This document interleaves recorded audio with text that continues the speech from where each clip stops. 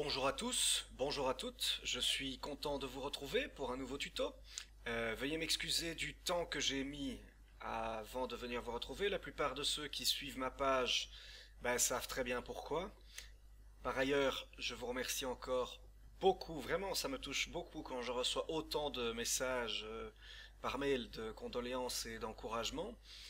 En ces temps difficiles, croyez-moi, ça fait vraiment du bien. C'est pourquoi aussi aujourd'hui, c'est avec plaisir, malgré le jour de repos après la tempête, que je vous fais ce nouveau tuto.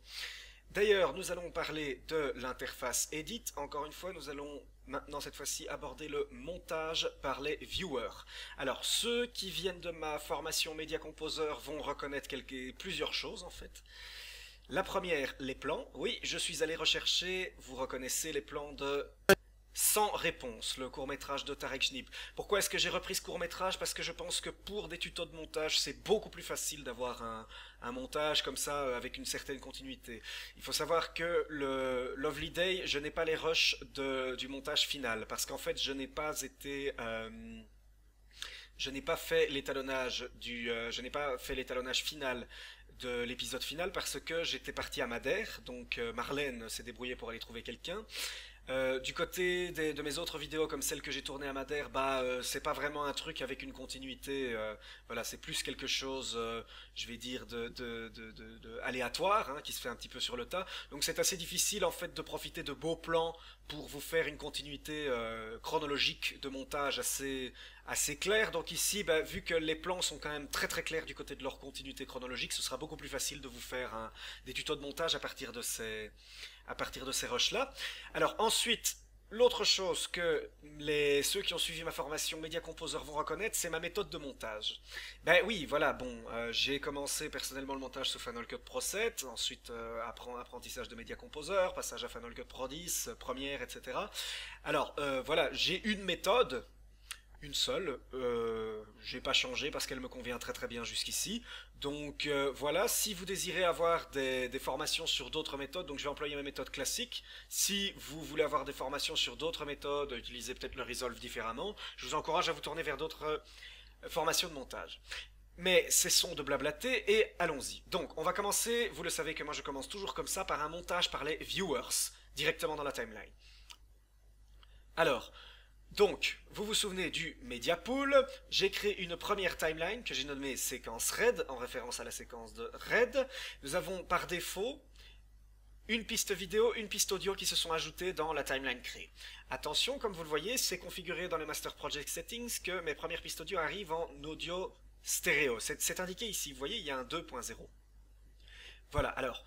Donc, étant donné que mes rushs, on va passer sur le mode liste pour avoir plus d'informations, que mes rushs sont en... Voilà, vous le voyez ici, audio channel, il y en a deux. Ils sont bel et bien en stéréo, ça va correspondre. Donc je vais commencer à travailler directement en ouvrant un premier plan. Alors, on va prendre le plan d'ouverture.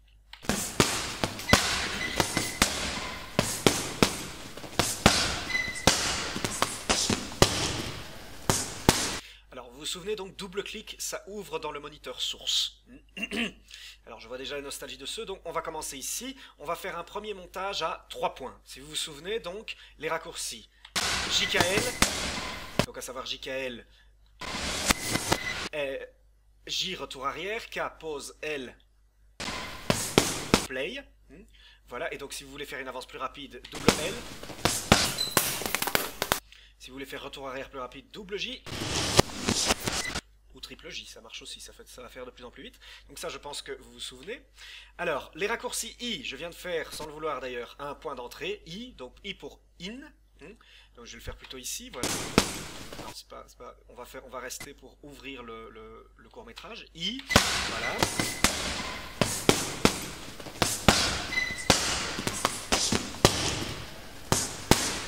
Voilà, on va s'arrêter ici, out. Alors, plusieurs méthodes pour positionner notre plan dans la timeline. Le classique drag and drop, très simple, vous cliquez, vous glissez. Méthode classique.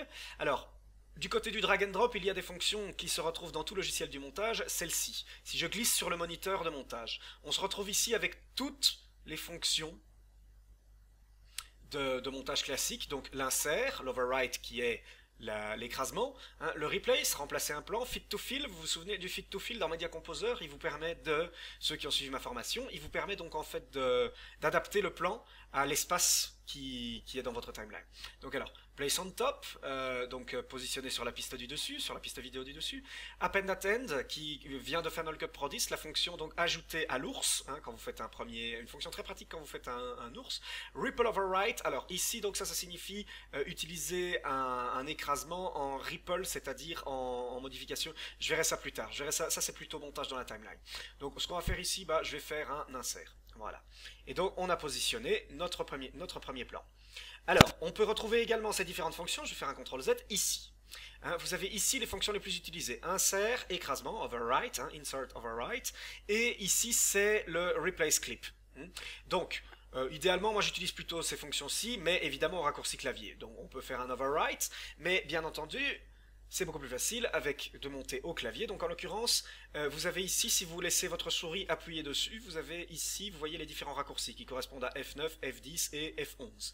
Alors, je vous l'annonce, ceux qui viennent de Final Cut, si j'ai des monteurs qui suivent ma formation Resolve, qui sont éventuellement monteurs Final Cut Pro, monteurs Premiere et qui désirent pour X ou X raison switcher sur Resolve, pour vous faciliter la tâche, regardez, si vous allez dans les Project Settings et dans Keyboard Mapping, hein, voilà, vous avez ici le Map Keyboard to DaVinci Resolve, c'est-à-dire ce sont les raccourcis clavier habituels de DaVinci Resolve, mais vous avez la possibilité lorsque vous cliquez ici, de les mapper soit à Premiere, soit à Final Cut Pro 10, soit à Media Composer. Pour ceux qui ont suivi ma formation Media Composer et qui veulent switcher à Resolve, voilà, vous n'avez qu'à faire ça, vous allez retrouver vos raccourcis clavier. Si je fais ça, regardez ici sur les raccourcis Edit. Ouais, ici ça n'a pas beaucoup changé parce que Media Composer n'utilise pas directement des raccourcis. On va aller plutôt sur Final Cut. Voilà, vous voyez tout de suite le insert, donc qui est le V, et dans l'écrasement qui est le B. Vous avez la possibilité ici de modifier vos raccourcis clavier. Donc voilà, moi je vais revenir sur le DaVinci Resolve classique parce qu'il me convient. Ça va? Je vais faire un cancel. Alors donc, de base, vous avez tous les raccourcis ici dans le menu Edit. Comme vous voyez, ça correspond aux touches F, F9, F10, F12, Shift F10, etc. Donc, en l'occurrence, si je veux faire un override, je vais faire un F10. Voilà, et nous avons directement inséré notre plan sur la timeline. Nous avons donc ici une ouverture. Alors, je vais aller chercher un deuxième plan pour l'insérer par la timeline via les viewers. On va aller chercher le deuxième plan qui est, si je ne m'abuse... J'ai pas encore classé mes rushs, je devrais peut-être. Excusez. Celui-ci, voilà. Alors, on n'a pas de son dessus, mais ça va nous aider, hein, si vous vous souvenez. Donc voilà, je vais prendre à partir ici, voilà. Hop.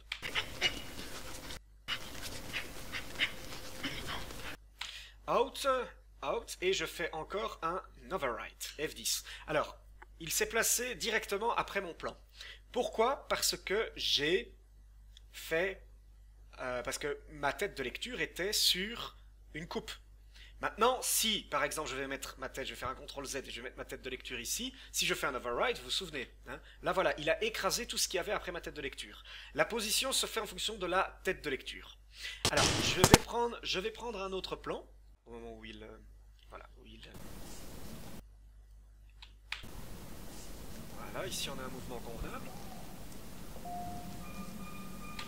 Voilà. Alors, je vais... F10 encore, un overwrite. Alors déjà, si vous désirez vous positionner entre les deux, par exemple, vous voulez insérer un plan sur la coupe. Donc alors, si vous voulez monter plus rapidement au clavier, vous avez une petite option qui est très pratique. Si vous allez dans View, ici, View, et que vous allez sur, regardez, il y a une option ici, Active Windows Selection. Alors, vous avez la possibilité au clavier d'activer quelle zone de l'interface vous voulez activer. Par exemple, ici, donc moi je suis sur le moniteur source. Donc si je fais par exemple CTRL 2, vous voyez, hop, il est passé en orange, je suis passé sur le moniteur de montage. Maintenant, si je fais CTRL 3, en fait, je passe sur la timeline. Alors regardez, maintenant, si je fais les touches pour passer d'une coupe à l'autre, dans DaVinci Resolve, dans la timeline, les touches fléchées. Si j'appuie sur O, vous voyez, je vais sur la coupe, la coupe précédente. Encore une fois, O, coupe précédente. Hein. Si je fais bas, flèche bas, coupe suivante. Vous voyez, très pratique. Donc, alors voilà, je n'ai plus qu'à faire un, comme ceci. Hein. Je vais revenir à mon plan entre les deux, hein, celui-ci. Et donc, alors, ce que je vais faire, donc, je vais passer sur la timeline, CTRL 3, je vais aller au centre, et je vais réactiver mon CTRL 1, donc mon moniteur de montage, et là donc je vais faire je vais plus faire un overwrite, parce que je veux l'insérer entre les deux. Je vais faire un F9. Vous voyez, je vais faire un insert. Et là donc directement, j'ai inséré mon plan entre les deux. On va voir ce que ça donne.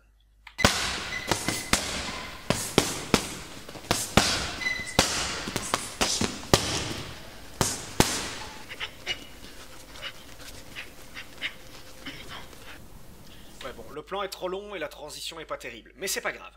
Ce qui nous intéresse aussi, voyez-vous, je vais faire un CTRL Z. Voilà. Ce qui nous intéresse aussi, c'est qu'il faudrait que l'audio ici continue sur ce plan-là. Vous voyez, parce que sinon, bah, forcément, voilà, il n'y a plus de son qu'en RAID. Alors bon, on va voir toutes les techniques de montage son après, via les viewers. La seule chose qu'on peut faire déjà ici maintenant, une fonction que je peux vous montrer, c'est le Place to Top. Alors le Place on Top, c'est avec le raccourci F12. Donc en l'occurrence, ce que je vais faire ici, je vais faire le raccourci, je suis positionné sur ma coupe, F12. Alors comme vous voyez, bon, il y a un petit problème, lequel c'est qu'il a juste recouvert donc mon plan du dessus. C'est pas grave, on va s'en occuper après. Alors déjà, vous voyez donc que, en fait, pourquoi est-ce qu'il a positionné ma vidéo sur V2 et mon audio sur A2? Parce qu'il y a une symétrie, en fait. À la base, j'ai sélectionné pour que mes plans arrivent sur V1 et A1. Comme c'est sélectionné comme ça, eh bien, par défaut, si je fais une superposition et que l'un arrive sur V2, alors il va faire en sorte que l'audio arrive sur A2. Donc maintenant, donc idéalement, moi ce que je voudrais, c'est pas que le plan arrive voilà, au-dessus de celui où RAID se déshabille, mais qu'il arrive un peu au milieu des deux. Donc je vais faire un CTRL Z, je vais mettre plutôt ma tête de lecture ici. Et je vais refaire un Place to Top. Voilà. Et donc là maintenant, ce qu'on a en fait... Voilà, c'est pas du tout au point. Hein. Mais déjà, vous voyez, j'ai une partie du son qui continue hein, sur. Il faudrait le synchroniser pour que ça synchronise avec les coups. Donc j'ai une partie du son des coups dans le sac qui continue sur le plan suivant. Bon, ici donc ça c'est le Place to Top. Maintenant, comment personnaliser? Par exemple, voyez-vous, parce que voilà, vous n'avez pas nécessairement envie que le plan, que vous n'avez pas nécessairement envie que l'audio il arrive en dessous. Donc déjà, comment faire pour que ce soit uniquement l'audio qui arrive sur votre timeline. Je vais faire un CTRL Z. Eh ben, c'est très facile. Ce que vous voyez ici en rouge, ce sont les indications de où vont se positionner mes plans dans la timeline. Exactement comme dans Media Composer. Ceux qui ont suivi ma formation Media Composer, ils ne doivent pas être dépaysés dans ce tutoriel. Alors, c'est tout simple. Vous voulez pas que l'audio arrive, eh ben vous désélectionnez l'audio. Voilà, et là maintenant, regardez, je vais refaire un F12. Voilà, et je n'ai pas mon audio qui est venu. Même chose, je vais faire un CTRL Z. Même chose si je veux juste mon son. Je vais faire un F12. Et regardez, voilà, hein, directement j'ai mon son qui est arrivé. Voilà, ça ce sont des petites options de montage assez pratiques. Maintenant, quand vous faites un F12, vous voulez peut-être le son, mais vous n'avez peut-être pas forcément envie de conserver ce son-là. Vous avez envie que ce plan, il soit au-dessus, mais que le son ici, ben lui, il recouvre les deux, qu'il n'y ait plus que ce son-là. Alors, eh ben dans ce cas, c'est pas compliqué. Hein, ce que vous faites en fait tout simplement, déjà, on va créer une nouvelle track. Pour ça, alors, il n'y a pas de raccourci de création de pistes dans Resolve, malheureusement. C'est quelque chose qu'il devrait ajouter. On va ajouter une piste vidéo. On va garder une piste audio 1. Et donc alors, on va définir, regardez, je vais cliquer hop ici. Alors pourquoi, vous voyez, si par exemple j'avais deux pistes mono, j'aurais évidemment deux points rouges à sélectionner. Ici, je n'en ai qu'un. Pourquoi? Parce que ce qui apparaît, donc les carrés rouges qui sont disponibles devant la timeline, apparaissent en fonction de ce qu'il y a d'ouvert dans votre moniteur source. À savoir, en l'occurrence, ici, j'ai une piste vidéo et j'ai une piste audio stéréo. Donc en l'occurrence, ici, je n'ai le choix. Regardez, je vais ajouter une piste audio, hein, je vais faire Add Track et je vais ajouter une piste stéréo. Ici, en l'occurrence, je peux sélectionner, je vais même encore en ajouter une autre, tiens. Stéréo. Je ne peux en l'occurrence donc faire qu'une seule. Vous voyez? Voilà. Je n'ai qu'à cocher ici A1. Donc ici, attention, évidemment, vous ne pouvez pas faire la commande. Vous ne pouvez pas faire la commande Place on Top, parce que ou sinon il va considérer encore une fois Place on Top qu'il va appliquer une symétrie. Vous comprenez? Donc ce qu'il faut faire ici, évidemment, c'est l'overwrite. Et voilà. Donc ici, voilà, il m'a suffi de définir l'arrivée de ma piste sur la piste de mon plan sur la piste V2 et l'arrivée de mon plan audio sur la piste A1. Et donc à ce moment-là, j'ai écrasé. Vous pouvez faire l'inverse, évidemment, en faisant la piste vidéo sur V1 et la piste audio sur A2. Et donc, nous allons faire encore un overwrite. Voilà. Et donc, tout ça, ça vous permet déjà des fonctions de montage classique. Ce montage via les viewers s'utilise, vous le savez, c'est ma méthode, pour faire un pré-montage. Un pré-montage et ensuite, après, je réorganise le montage en montant dans la timeline. Donc, je vais prendre ici mon plan à insérer. Je vais reprendre ce plan, oui, ben, il est ici. Et donc, plutôt ici, je vais l'insérer entre les deux. Ah, vous voyez, c'est la même chose pour l'insertion. J'ai inséré mon plan sur la piste V2. Je pourrais maintenant, par exemple, remplir cette piste-là avec un autre son. Je vais faire un CTRL-Z, je veux que ça revienne ici. Donc, alors, maintenant, par exemple, supposons, puisque je parle un peu de montage son par les viewers, supposons maintenant que vous désiriez vous repérer par rapport au son. Par exemple, justement, ici, moi, ce qu'il me faut, je vais reprendre le plan de début, moi, ce qu'il me faut, c'est me repérer par rapport... le plan de début, pardon. Moi, ce qu'il me faut, justement, c'est me repérer par rapport au son. Vous voyez ici. Voilà, hein, moi, j'ai besoin du son, je vais me positionner ici. J'ai besoin du son, et donc je vais mettre uniquement le son des coups sur ce plan-là. Alors, je vais me repérer donc plutôt au son qu'à l'image. Vous voyez, donc alors à ce moment-là, j'ai qu'à cliquer ici et je peux tout de suite avoir l'audio track. L'audio track est là, donc je peux naviguer dans mon audio track. Voilà, ben, déjà ici, voilà, je pense que, voilà, déjà ici, vous voyez, j'ai quelque chose d'exploitable. Je vais faire un I. Voilà, je suis bien à ma coupe, je vais désactiver la vidéo, je vais définir l'arrivée de l'audio sur V2, et je vais faire un overwrite.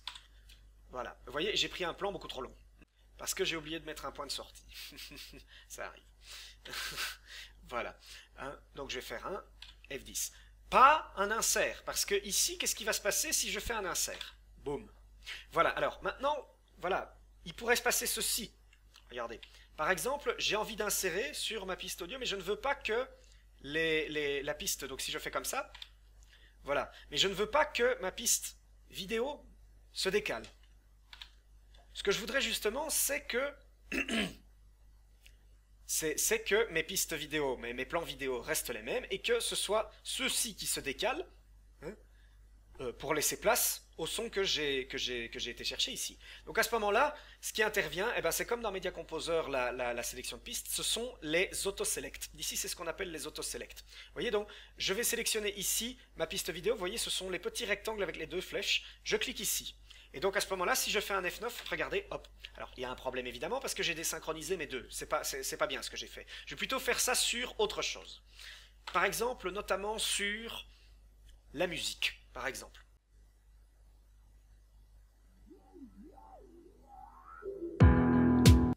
On va prendre plutôt ici.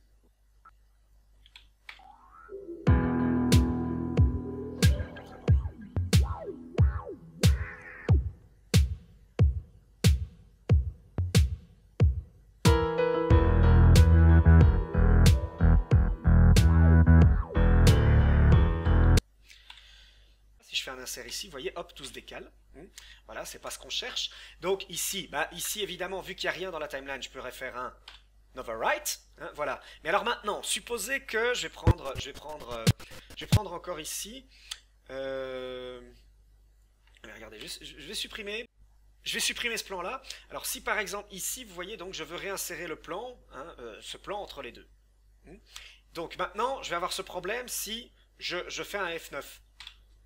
Lequel? J'ai besoin que ma musique elle continue, qu'elle ne soit pas affectée.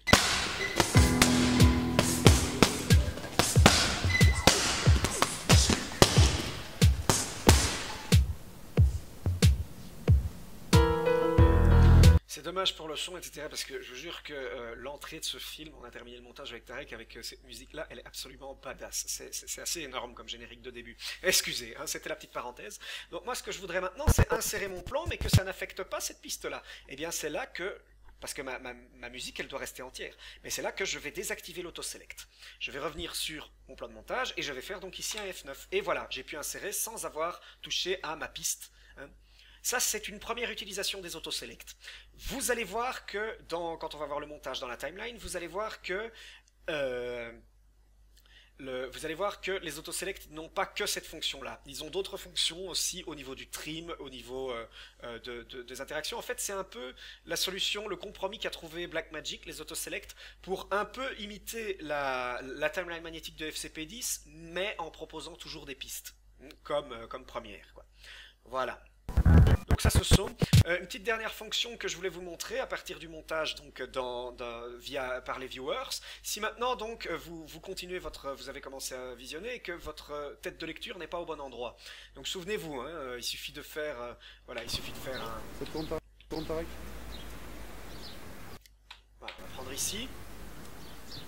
Donc souvenez-vous, hein, ici si maintenant je prends ce plan et que voilà, je veux le mettre au bout et que je veux le mettre au bout, mais que je fais pas attention, que je vois pas que ma tête de lecture est toujours là et que je fais par exemple un F10, un overwrite, bah j'ai écrasé de la matière, pas ce qu'on cherche. Il y a la fonction très pratique qui vient droit de FCP10 qui s'appelle ici le append attend. Alors le append attend, son raccourci c'est Shift F12. Vous voyez, peu importe, je peux mettre ma tête de lecture n'importe où, ici par exemple, si je fais un Shift F12, voilà, ben mon plan est arrivé directement au bout. Vous voyez? Alors voilà, on va regarder encore. Voilà, pour vous montrer un peu, donc je vais supprimer ce plan-ci. Je vais supprimer ce plan-ci. On va continuer le montage comme il est censé être. Donc voilà, on a d'abord Red qui tape dans le sac, puis ensuite il va sortir. Donc alors, ce qu'on a après, bah, on peut prendre directement la sortie de Red du Hall Omnisport. Moteur. Et je dois faire quoi? Attends, je sais même pas ce que je dois faire, mec. Tarek. Tu vas juste fermer le truc en me regardant et moi je suis là. Je ferme le truc, je te regarde et je ferme. Les super, voilà, c'est ça que voilà, c'est cette zone-là que je cherchais. Les superbes préparations de court-métrage, c'est excellent. Et action. Ouais, en fait, je vais prendre avant, on pourrait couper au montage son le action. Non, on me voit pas, on me voit pas. Et action. Non, pas moi. Et action. Voilà, isole, Action. on trame un peu. Voilà, on fait out et on va le placer donc chez Shift F12 à la fin de notre plan, à la fin de notre montage. Voilà. Hein, voilà, classique. Donc on l'a positionné. On peut ensuite aller chercher le regard de Tarek. On va le prendre ici. Ah non, ça c'est la scène d'après. Le regard de Tarek qui est ici, parce que le problème étant que ici il est scalpé, donc ça c'est chiant. Alors, voilà, donc je vais faire encore un Shift F12. Je pourrais faire un overwrite ou un insert ici, mais voilà, comme ça au minimum, vous voyez, je peux revenir quand je veux, ne pas me préoccuper de la tête de lecture et faire mes montages à la suite. Hein. Et donc voilà.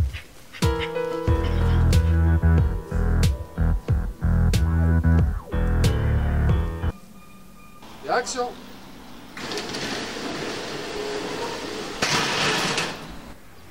C'est pas ça. Évidemment, il faut le réorganiser. Hein. Il faut revenir sur ce montage pour qu'il soit plus cohérent. Mais voilà, vous voyez, déjà là, ici, vous avez déjà la possibilité de monter rapidement vos vidéos. Ouvrir le plan, montage 3 points. Hein. In, out, position sur la timeline, vous positionnez votre plan. C'est ce qu'on appelle le montage 3 points. Si jamais il y en a ici qui viennent et qui ne comprennent pas les termes que j'emploie, etc., je vous renvoie à mon initiation montage. Hein, j'avais fait la même chose pour l'étalonnage. J'ai fait la même chose pour le montage et pour l'étalonnage. Vous avez une initiation au montage pour comprendre les termes que j'emploie sur mon site. Je vous y renvoie si vous ne comprenez pas trop. Voilà, déjà là, c'est une bonne entrée en matière pour le montage via les viewers. J'espère que ce tutoriel vous a plu et je vous dis à très bientôt sur Corvans Prod.